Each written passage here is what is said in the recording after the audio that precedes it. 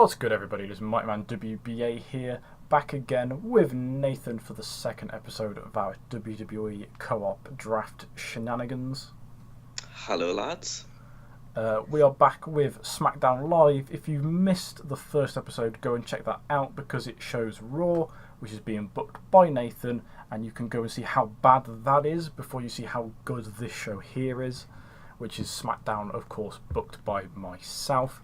We're going to get straight into it, and we open up with Paige, the general manager of SmackDown, welcoming everyone to the post-draft SmackDown and announcing that at Survivor Series there is going to be a traditional 5-on-5 elimination women's tag team match. Not quite as good as Nathan's general manager promo because he has Kurt Angle and I have Paige, and the women are literally underrated on every stat in this mod. But averagely decent start. Yeah, it could have been a lot worse. Yeah, could have been a lot better. Good point. It's really hard in this mod when you go to like book women and you're like, oh yeah, let's book them on microphone, and it's like a really good talker, and then you go, oh, I wonder what their microphone stat is, and then it's like 40. And you're like, oh, apparently this woman can't speak English. Yeah. But anyway, mostly can't. We jump into our first match, which is a qualifier for the men's 5v5 elimination tag team Survivor Series, traditional Survivor Series tag team Survivor Series match. And it is Chad Gable defeating Ty Dillinger in just over 8 minutes by pinfall with the Chaos Theory, which is the O'Connor roll German suplex. Chad Gable getting himself a 60, which isn't too bad for what is effectively just a dead-in-the-water mid-carder. It's true. He won't be soon, but at the minute he is. Yeah, soon he'll be a dead-in-the-water lower mid-carder. Yeah, Dillinger getting a 40, so Gable makes it into the 5-on-5 Survivor Series match. Dillinger unfortunately missing out. Next up we have Mandy Rose and Sonya Deville backstage for Bayley. These two are having a match. Well, the three of them, Mandy, Sonya and Bayley, were having a match coming up next, but Mandy and Sonya are just sort of laughing at Bayley, saying that she has no friends on the roster now that Sasha has been drafted to Raw. But here comes her good friend Dakota Kai. She's called up from NXT. She's here on SmackDown Live, and she's teaming up with Bayley next to see which two get into the 5-on-5 Survivor Series match. And it is Bayley and Dakota Kai who do make it in to the tag team match, defeating Mandy and Sonya in just over 8 minutes when Dakota pins Mandy Rose by pinfall with what is effectively a frog splash. Dakota getting a very bad in-ring performance. Sonya and Mandy getting slightly better, and Bayley getting just better than them. Unfortunately, Mandy and Sonya have zero chemistry as partners, which means they are effectively useless. To be fair, that's probably why they lost. Yeah. Not great, because they are now literally zero use to me on the brand. And any chance of any push has now disappeared entirely. Oh, if we could all just press F to show our respects for Yeah. Absolution, that would be much appreciated. But up next, we have AJ Styles, the WWE Champion, coming down to the ring. And he's saying that he hopes that this brand split has given him some fresh competition at the top of the card, because he has beaten anybody that he possibly can. Out comes The Miz, though. He says that without Daniel Bryan's constant interferences and the crowd getting on his back and sort of giving Daniel Bryan an unfair advantage, he would have AJ Styles beaten dead to rights for that title, and he wants another shot at that title. Daniel Bryan then comes out, says that The Miz is basically chatting shit, doesn't deserve a title shot. Daniel Bryan came this close to beating Styles last week, and that he thinks he deserves another shot at that title, or at least deserves to take on The Miz one-on-one for the right for that title shot. And then finally out comes Randy Orton, He says he is the one man capable of taking that title off of AJ Styles. He's the only one that Styles hasn't beaten, and he is the only one that will take that title off Styles. And Styles, being the top lad that he is, says, you know what, lads? You all think you can beat me. I don't think you can. I'll take you all on in a fatal four-way match at Survivor Series. And then that is what is going to happen. We're going to have AJ Styles versus Daniel Bryan versus Randy Orton versus The Miz at Survivor Series to see who will take home the World Heavyweight Championship. Not bad. And a good rating as well, 79B, kind of what I wanted with the opener. But I will definitely take that. Miz and Maurice, of course, good chemistry, which is nice. Unfortunately, the announcing team not doing great. We didn't actually mention this on Raw, but Nathan's commentary team over on Raw is Mauro and Nigel McGuinness. Good memory. And on SmackDown, I have Maggle and Corey Graves. So I'll let you decide who won there. Definitely. Spoiler alert, it wasn't SmackDown. Anyway, after that lovely little promo, we have a tag team #1 contendership match to see who will face the tag team champions of the Bar at the pay-per-view. And it is the New Day. It was Xavier and Kofi in this match, defeating the team of Bobby Lashley and his weird sort of, I guess, nephew, Leo Rush. Hype man. He's definitely his cousin, right? Or his nephew or something. Like, just lets him hang around because his mom tells him he has to. His little brother, maybe? Yeah. And they also beat the Miztourage. Xavier Woods beating Curtis Axel by pinfall with a Shining Wizard. Some say he calls that his tribute to Gregory Helms. Fun little fact there. And some say that's probably not true. Well, some people are wrong. Yeah. Anyway, New Day definitely on top in that match. Lashley not too far behind them. Rush sort of down there, but he is only an opener because he is a cruiserweight and as such does not exist anywhere in the card. And the Miztourage doing decently for them, to be fair. I'm glad they're not the tag team champions anymore because that would have been painful to have to book. No, just booking tag team champions with that level of ratings is hard. And then I'm so much nicer to my roster than you. It's because you've got a good roster. Well, fair enough. I do have some good guys on my roster, which you'll see coming up in the next coming weeks. Ooh. Okay, next up we have the Bar. They'd come out to the ramp after that victory for the New Day. It looks like they're going to rush the ring, but as they sort of get to the ringside area, they stop, wave them off, and just walk backstage. They don't need to mess about with the New Day. They know that they can beat them. They've proven it time and time again. And that is why they are the SmackDown Live Tag Team Champions. Yeah.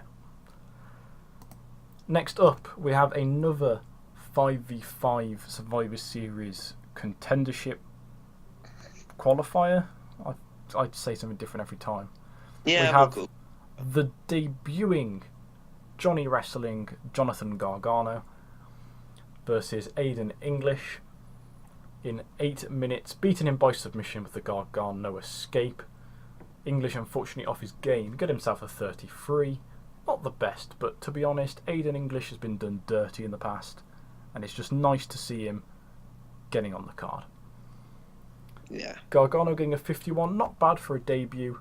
He will definitely be pushing that up towards the 60s and 70s in the coming months.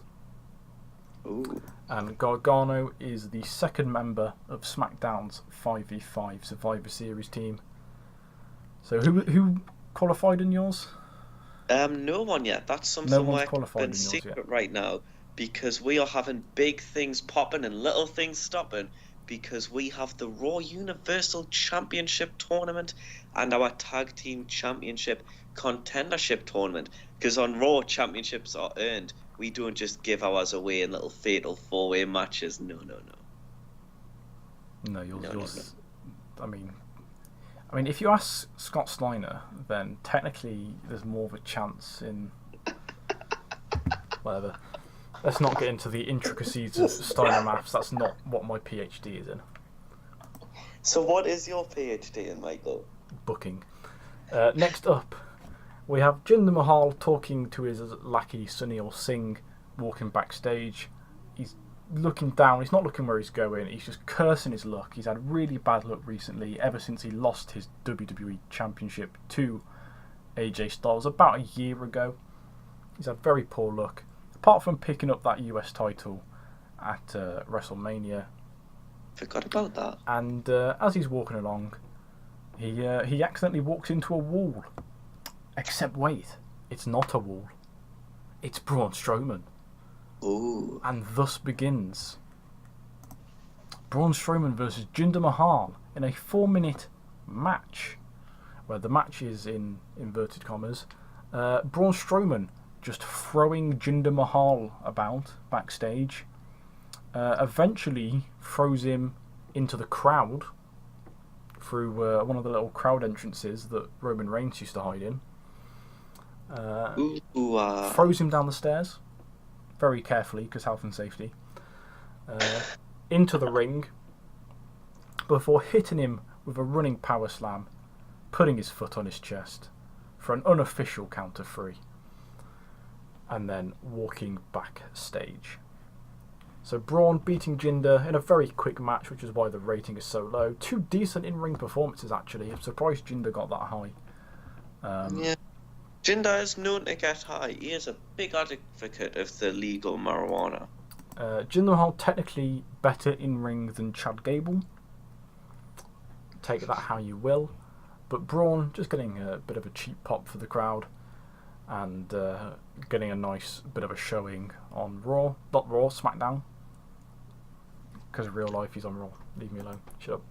Anyway, after that, we have Becky stood backstage. She laughs at the thought that Ronda could beat her. She laughs at Kurt thinking that Ronda stands any kind of chance at Survivor Series of beating her, because she is the man, and she is never gonna lose. What does her laugh sound like? Irish. That's what it sounds like. Could we get a demonstration? No, you cannot, because I'm neither Irish nor a woman. But you just said that she's a man. She said no, she's the man. But a 61C, not bad for Becky Lynch. Better promo than Paige, which is always nice. That sounded weird how I said it. Nice that she did well, not nice that she's better than Paige, because, you know, rest in peace, Paige's career. But after that, we have our horrific main event of the night, where Samoa Joe, I think, has died. Rey Mysterio has a very poor track record. Jesus Christ, that's a bad injury. Yeah, so Rey Mysterio has appears to have badly injured Samoa Joe, getting a 59 in ring to Samoa Joe's 73. Samoa Joe carrying the match despite having some kind of brain injury. Well, I guess we're all out of Samoa Joe's now. But Rey Mysterio makes it to the Survivor Series team. Every cloud has a silver lining. He was so desperate to represent Team Smackdown at that Survivor Series match and Samoa Joe was so desperate to make it as well and represent his brand that Rey Mysterio had to injure him to make it to the pay-per-view. And he did that with the brutality of the 619. That's how powerful the 619 is. A lot of people laugh and they go, "Oh, but Mike, all it is swinging around on a rope and tapping someone in the face with your foot." But no, that move just killed Samoa Joe's career. You know what? People say that Seth Rollins is an unsafe worker. But really, Rey Mysterio is the real threat to everyone's careers. Yeah, he killed a man with that move, and now he's just killed Joe's career. Yeah. But anyway, we finished the show with a 67C+ rating. Not great. But to be fair, I only used 3 main eventers on this show. And I have the bare minimum women's roster that you could call a roster. To be perfectly honest, it's going to take a long time to build a lot of this division up. I've got quite a few young stars, and quite a few injured ones now. Probably not going to use Rey Mysterio that much, to be honest, because he's fucking old and a bit shit. But if we learned one thing from today, other than the fact that Rey Mysterio is a liability in the ring, it's that Monday Night Raw is the place to be. And next time, you will see that once again as we return with some more Monday Night Raw, where we will crown our #1 contenders for the Tag Team Championships. We will find out some of the members of Team Raw at Survivor Series. And we will find out just what the hell's happening between Seth Rollins and Big Dean Ambrose. But first, let's find out how long Samoa Joe's going to be out. Is he dead? I accidentally gave away some spoilers on some people we were signing there. You did, yes. You know what? I'll just go over them anyway, because some of them are quite interesting. Oh, bloody hell. It doesn't matter. It's not like they're secrets. Samoa Joe is, in fact, now completely fine, apparently. Not a bad injury. What? I thought that was like a 3-month injury and he had like brain damage. Click on the medical things. I swear that's what Shibata had. No, he's working through it. Nah, click on the medical thing, though. I've clicked on it, Nathan. No, that's the physical thing. Click on the medical thing in the work office. He's literally working through it. That means it's not a bad injury. He can still wrestle. Try it. He's completely fine. He's out for 3 days with a light injury. Mad. I stand corrected. You can see that Roman Reigns is out. He was out for 20 months, but surgery worked, so he's back. But we're just going to have him not in ring. Yeah, that's how leukemia works, if anyone was wondering. We'd feel a bit weird booking him. Yeah. Even if it was like a 2-year absence and we brought him back, we'd feel weird using him. So we're just going to have him like Tyson Kidd backstage. It's like the chemotherapy was so good that it didn't actually have to happen. So yeah, he's basically fine now. He'll be pottering around the house, making a cup of tea, playing with his kids, and wondering why the hell is Mike signed Space Monkey? Yeah, so Nathan didn't actually know about this one. But honestly, Space Monkey's coming to work in NXT. Just because we need some more people in NXT. I think that Space Monkey is exactly what we need in NXT. We need the finest young talent from the independent scene in our developmental promotion, pushing the boundaries of what a future WWE Smackdown Live superstar can be. So he has come in. PJ Black has come in. He is actually also going to be on Smackdown Live, but he's coming straight onto the main roster. He's not going to be messing about with NXT. He's coming straight in. Justin Gabriel. Not going to be called Justin Gabriel, though. It's going to be called PJ Black because I am lazy. But PJ Black is in. You'll be seeing him in the coming weeks. You'll have to see if he has a big push or not.